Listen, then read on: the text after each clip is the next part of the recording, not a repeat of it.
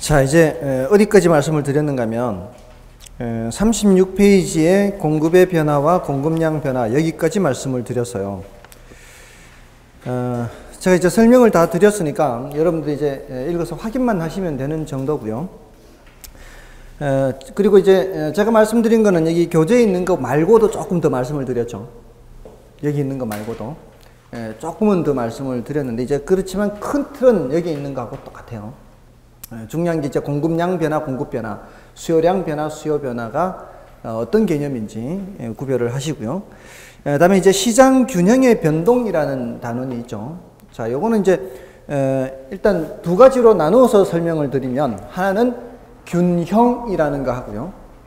그다음에 균형의 변동 또는 균형의 이동, 이렇게 둘로 나눌게요. 일단 균형이라고 하는 거는 균형. 이 균형을 잡았다라고 한다면은 움직임이 있겠습니까? 없겠습니까? 움직임이 없는 상태요. 균형을 딱 잡았다 그러면은 딱 정지되어 있는 상태를 말하는 거죠. 근데 균형이 아닌 상태는 뭔가가 움직임이 있는 상태거든요. 그 균형이 아닌 상태를 세 글자로 뭐라 그럴까요? 불균형이라 그래요.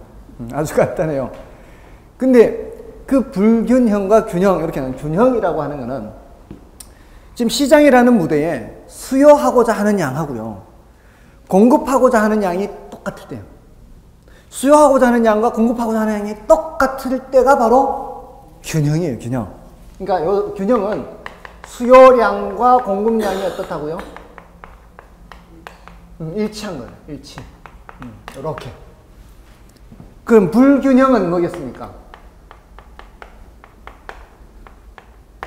불균형은 수요량과 공급량이 일치하지 않는 거죠. 근데 일치하지 않는 경우는 모두 두 가지가 있어요. 어떻게 두 가지일까요? 수요량이 더 많거나 공급량이 더 많은 두 가지 경우가 있죠. 수요량이 더 많은 경우, 수요량이 이렇게 공급량보다 더 많은 경우, 이런 경우를 우리는 뭐라고 할까요? 초과수요. 수요 초과 또는 초과수요. 초과수요. 초과수요. 그럼 이게 공급량이 더 많으면은요, 이러면은 초과 공급이라고 하겠죠. 초과 공급이라고 이름을 붙입니다. 자, 이 상태는 균형이다 아니다? 균형이 아니라는 거죠. 자, 조금 전에 균형이 아닌 경우는 뭔가가 움직임이 있다 그랬죠. 지금 얘네들은 균형이 아닌 상태예요. 그 상태는 뭔가가 움직임이 있어요. 뭐가 움직일까요? 어떤 녀석이 움직일까요? 그 작품의 제목, 가격입니다. 가격. 초과 수요일 때는 가격이 올라갈까요? 내려갈까요? 초과 수요일 때는 가격이, 수요가 더 많을 때 가격이, 이게 앞인지 어디가 앞인지 뒤인지 이게 헷갈리네.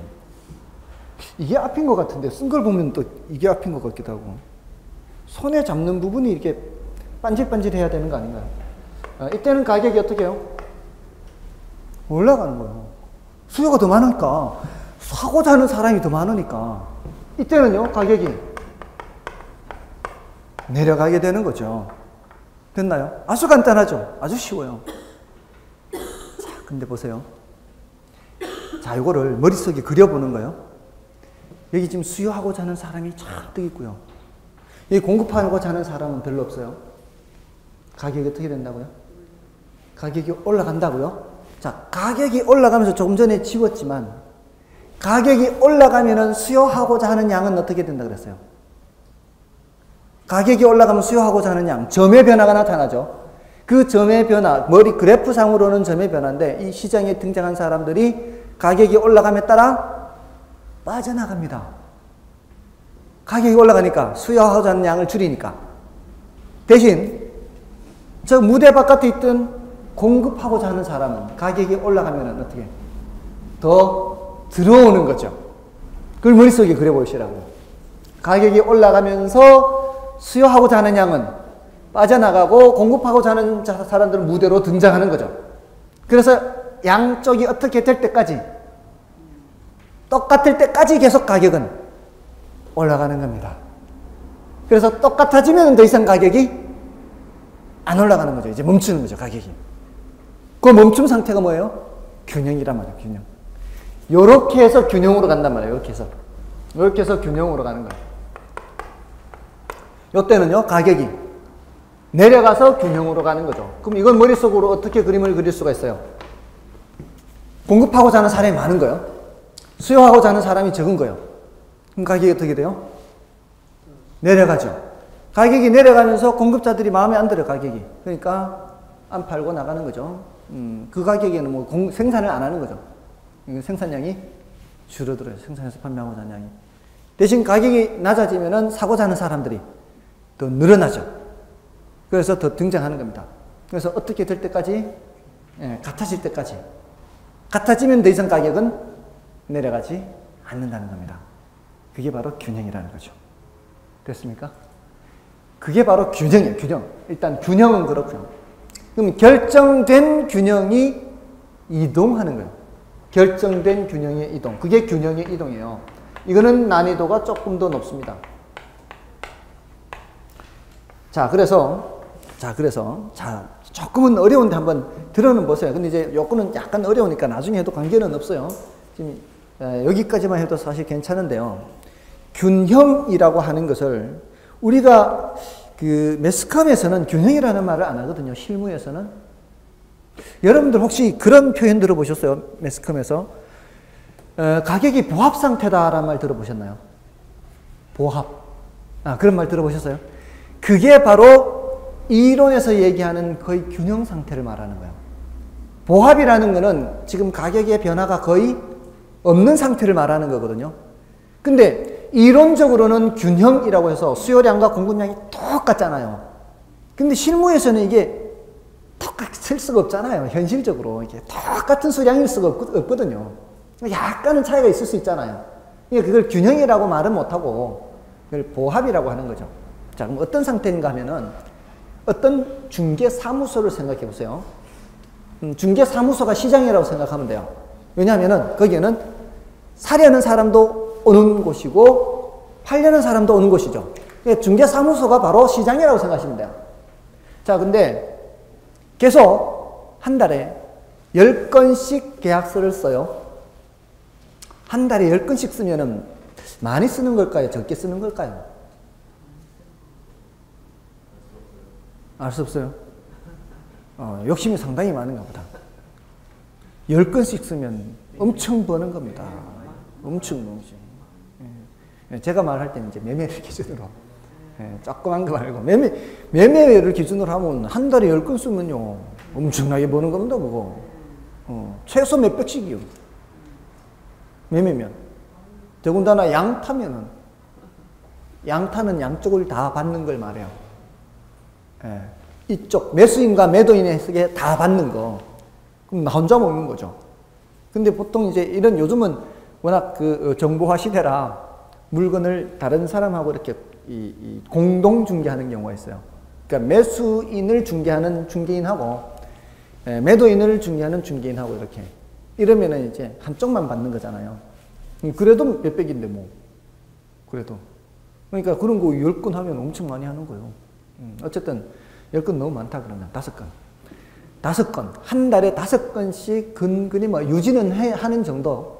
5건 해서 이 정도면은 괜찮은 정도. 그리고 가격도 별로 변화가 없어요. 한 달 내도록, 2달 내도록. 이게 무슨 상태? 보합 상태라고 해요. 보합 상태. 그랬는데 거기에 대기업이 들어선대요. 대기업이. 어떻게 될까요? 중개사무소에 물건 보러 오는 사람들이 줄어들까요? 대기업이 들어와서 그 직원들이 이쪽으로 이사 많이 올 거 아니에요. 근데 사람들이 줄어들까요? 대기업이 들어온다고 우리 동네로, 이 동네로. 어떻게 되겠습니까? 중개사무소를 찾는 사람들이 늘어나겠죠. 지금 현재 평당 가격이 2천만 원의 시세가 형성되고 있어요. 한 달에 5건씩 체결했어요.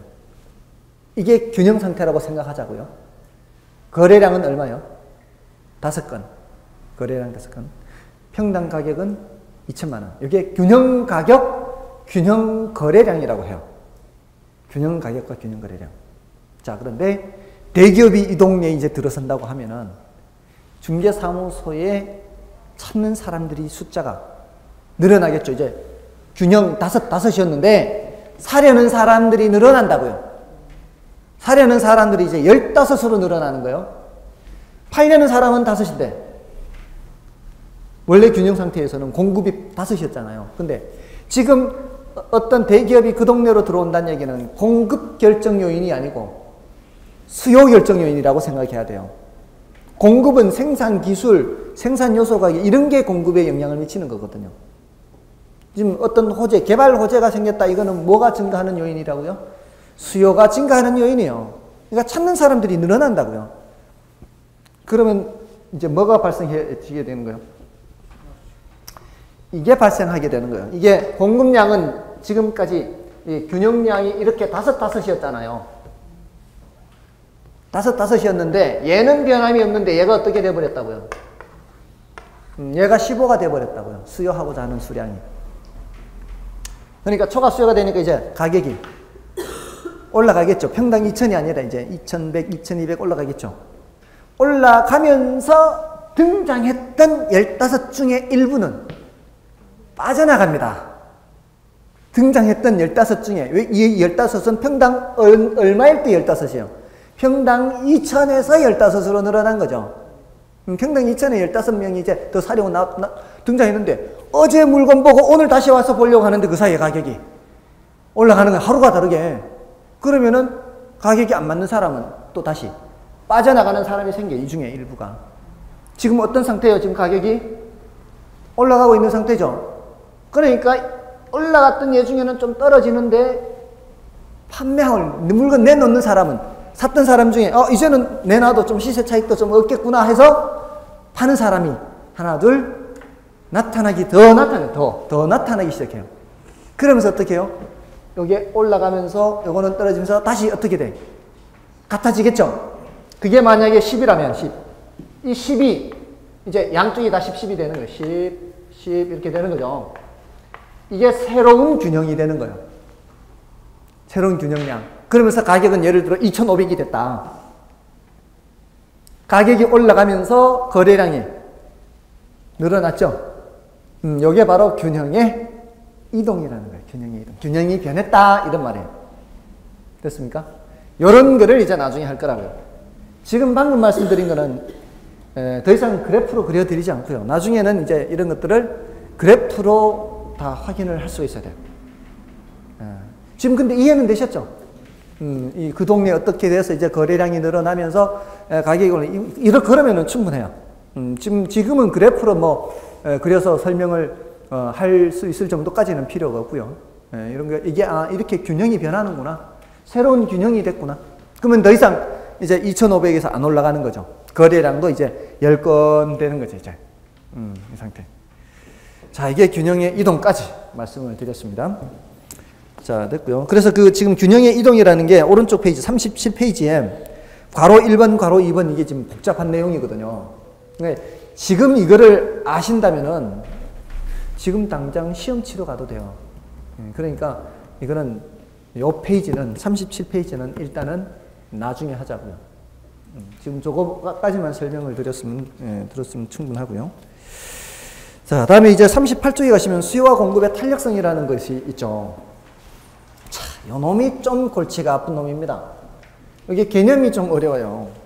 근데 어차피 매도 맞아야 되는 거고, 이 어려운 거 하기는 해야 됩니다. 이게 중요도가 높거든요. 난이도도 높은데 중요도도 높아요. 이거 해마다 출제돼, 이거. 그래서 안 할 수가 없어, 이거는. 그리고 이게 응용되는 부분이 굉장히 여러 군데가 있어요. 그러니까 안 할 수가 없어요. 안 할 수가 없어. 중요합니다. 자, 일단 탄력성 개념 잡기가 쉽지가 않아요. 잘 들어야 돼요. 이 원래 탄력성이라는 개념이 물리학에서 나온 개념이에요.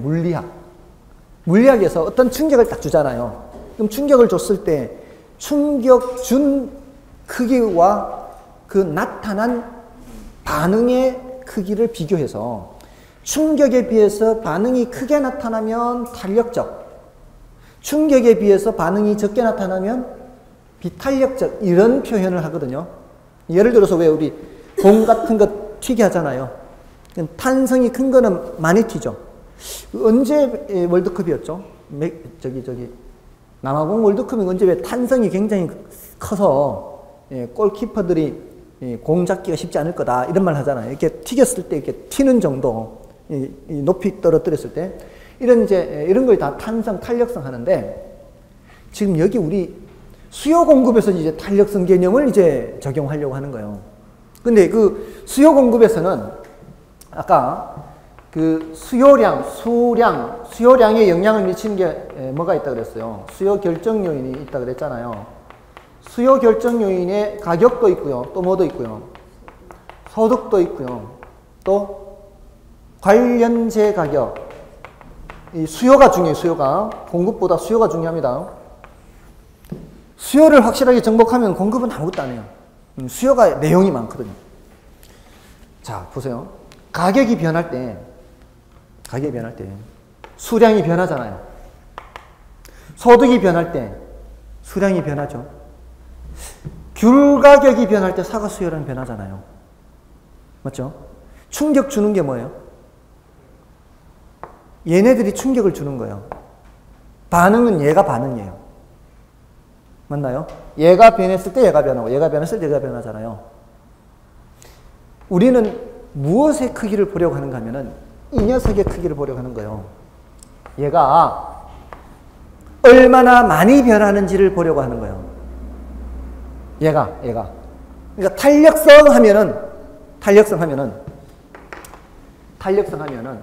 머릿속에 기본 개념을 잡기를 수량 변화의 크기를 나타내는 개념이다라고 해야 돼요. 수량 변화의 크기.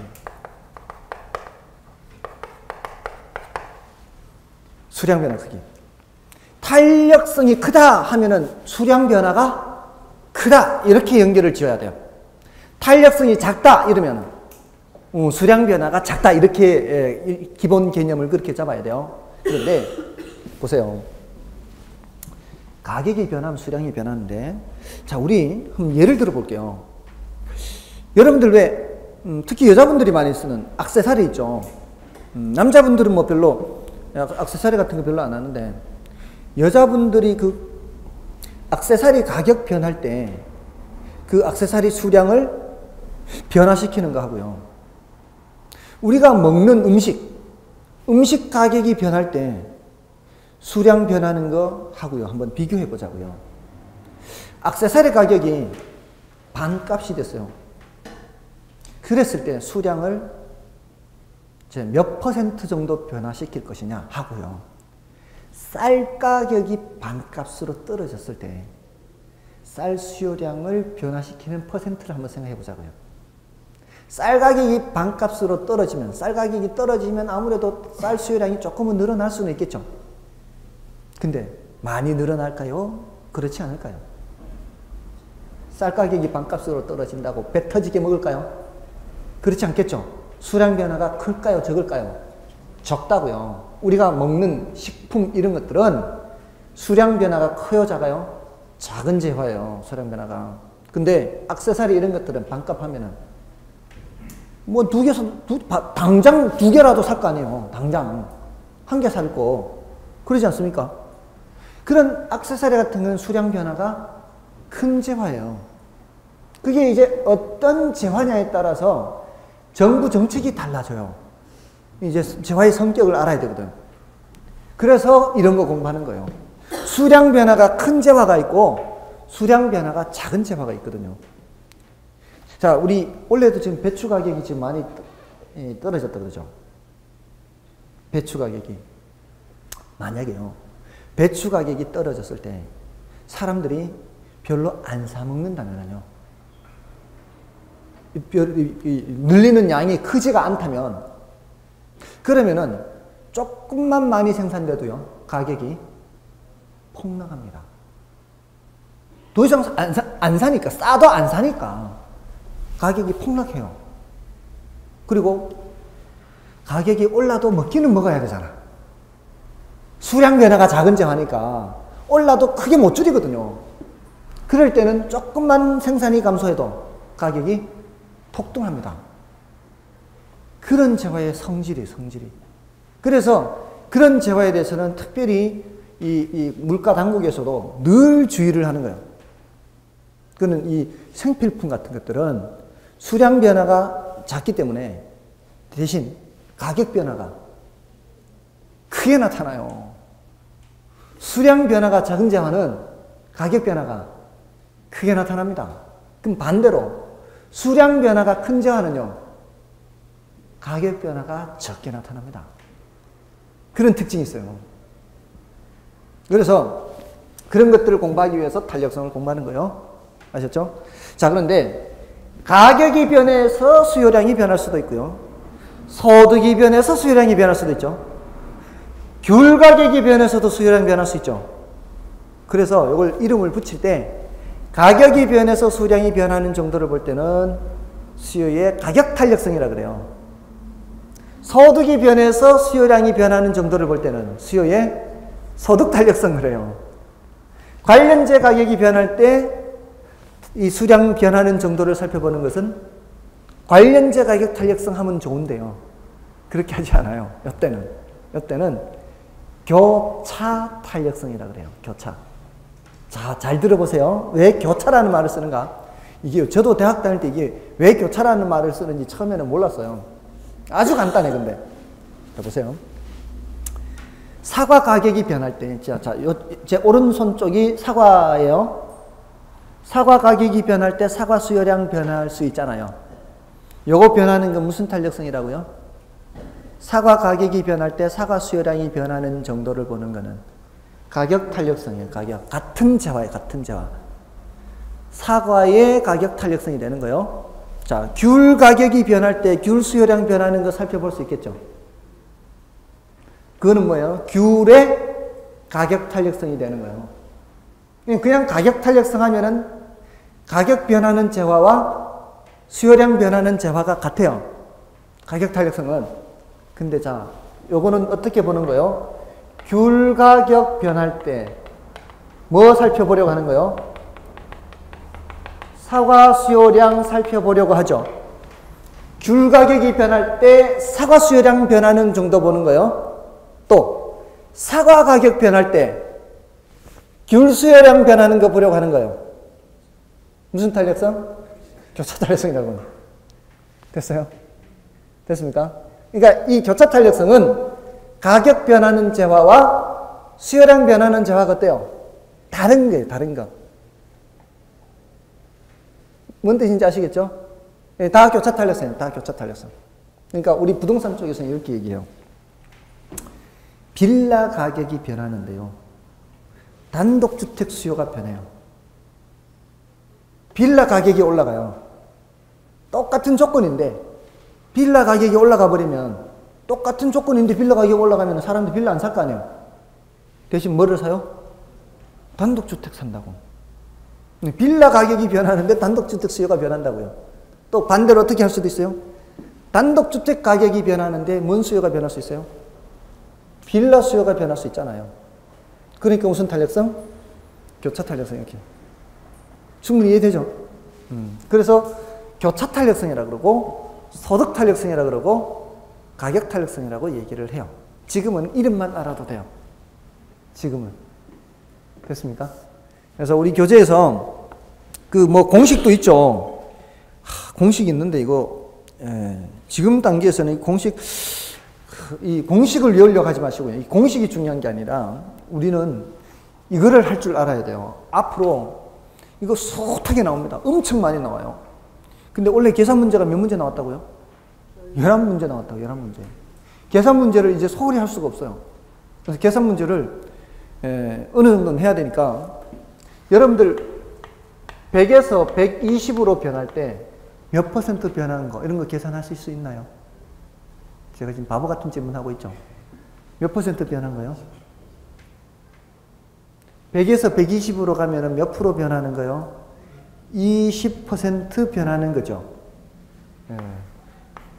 20% 위로 변하는 거, 위로. 자, 이거 가지고는 절대로 안 되고요. 15에서 18로 변하면은 얼마나 변할까요? 퍼센트로 나타내세요. 어떻게 해요?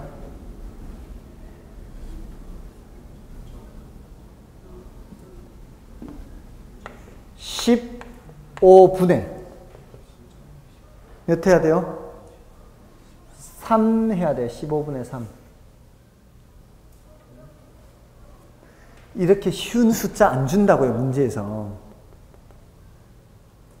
15만 원 투자해서 18만 원으로 돌아왔습니다.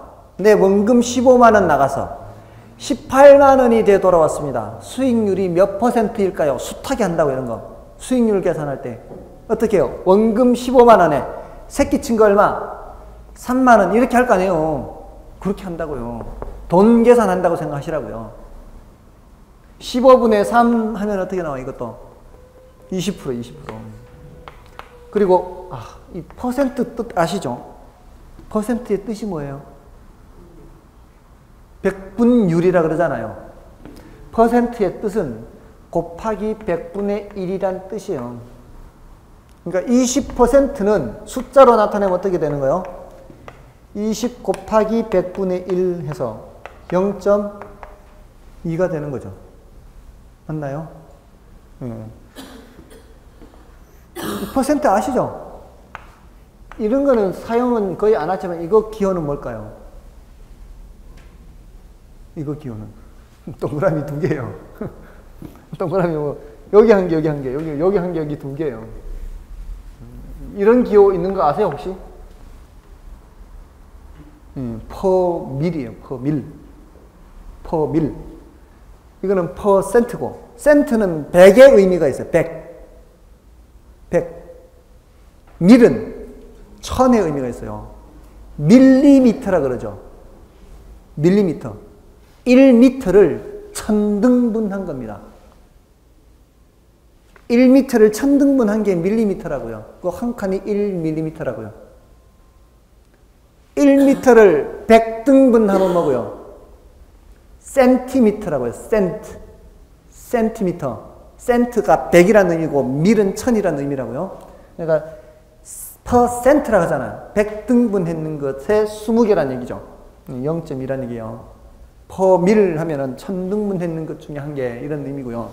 퍼밀. 어쨌든 곱하기 100분의 1입니다. 퍼센트는 곱하기 100분의 1요. 다 알고 계시겠지만 또 까먹으신 분들도 분명히 계실 거라고. 자, 어쨌든 그러면 이게 얼마든지 이런 숫자가 나왔을 때요, 계산할 수 있어야 돼요. 어떻게 해야 돼요? 어떻게 해야 돼요? 몇 퍼센트? 120분의 12 이렇게 해야 된다고요. 아셨죠? 10%.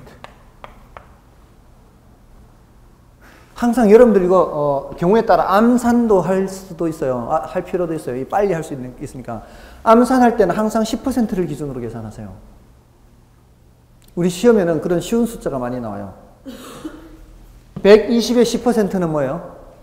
12에 12. 동그라미 한 개 떼면 되니까. 아시겠죠? 그렇게 해서 12가 10%면 6은 12가 10%면 그 반 6은 5%가 되는 거죠. 그러면 18 하면은 이게 만약에 138이다. 그러면 18이 될 거 아니에요. 18이 되면은 10%인 12를 기준으로 해서 12에다가 6이 더 올라갔잖아요. 그럼 15%가 된다는 걸 암산으로도 쉽게 할 수 있단 말이에요. 항상 10%를 기준으로 계산하면. 암산으로도 할 수 있다고요. 10%를 기준으로 하시라고요. 원래는 제가 계산 문제를 조금 더 강화시켜서 수업을 할 겁니다. 근데 어렵지 않게 말씀을 드릴 거니까 걱정 마시고요. 천천히 따라 하시면 돼요. 자, 어쨌든 이런 퍼센트 계산을 할 수 있으면은 이 탄력성을 얼마든지 계산할 수 있어요. 그래서 예를 들어 150원 하던 물건 가격이 180원으로 변해요. 가격은 이렇게 변해요. 가격은.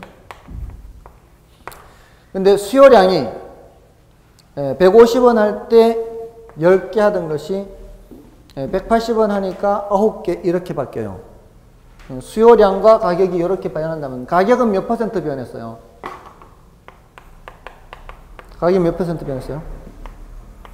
아까 150분의 몇? 30 이렇게 했잖아요. 아까 15분의 3. 몇 퍼센트? 20%죠. 그럼 얘는요? 10에서 9니까 10분의 몇이요?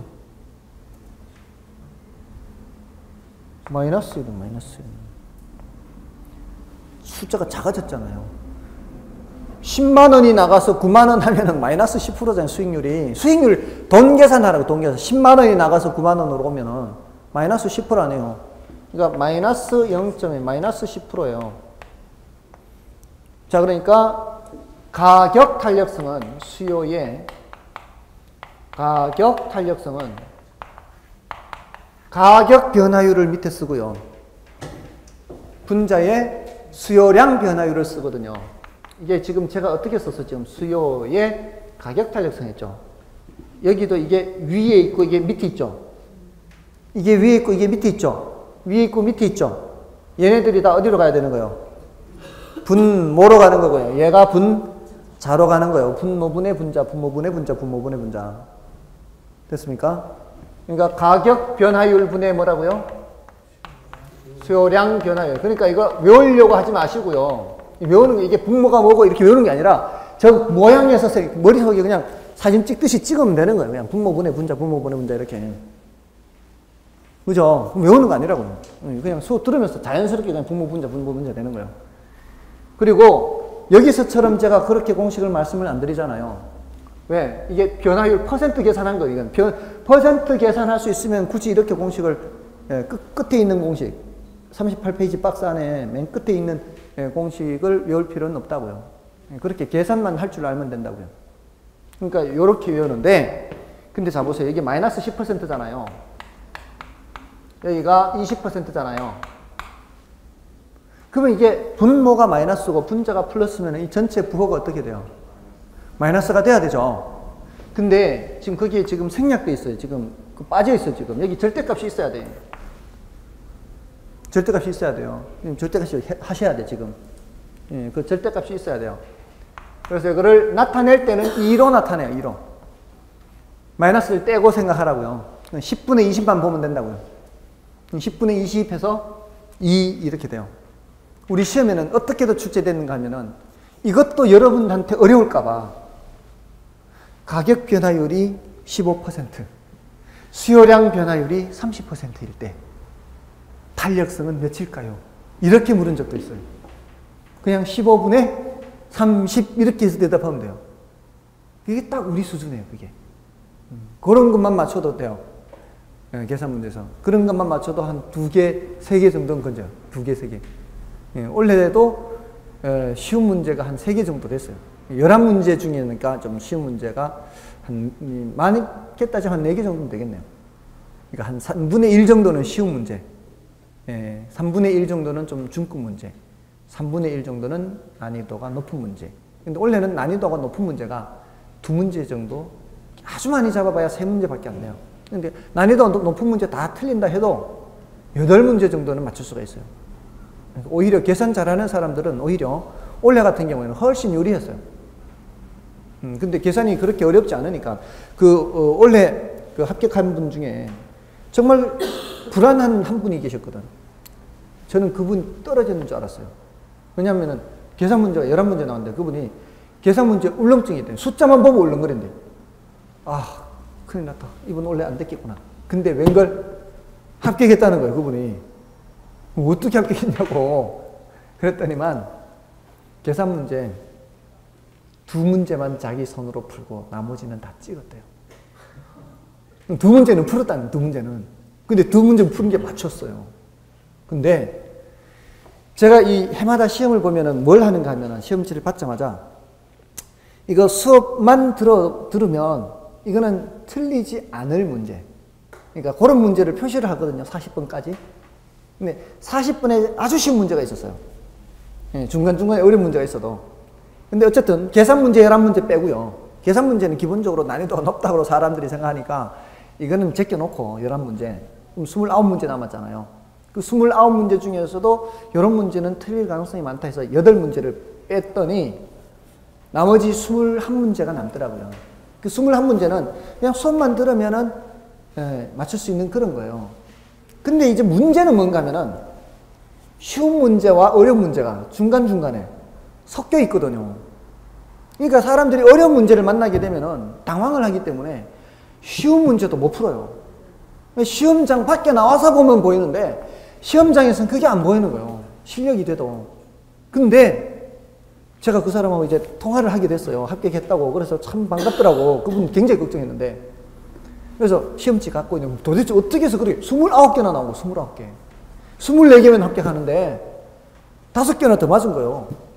그래서 저 동단한 제가 생각한 건 21개잖아요. 21개. 그러니까 제가 생각한 것보다 8개를 지금 뭔가 다른 거를 맞췄잖아요. 그리고 제가 표시한 거를 맞췄다는 보장도 없을 거고.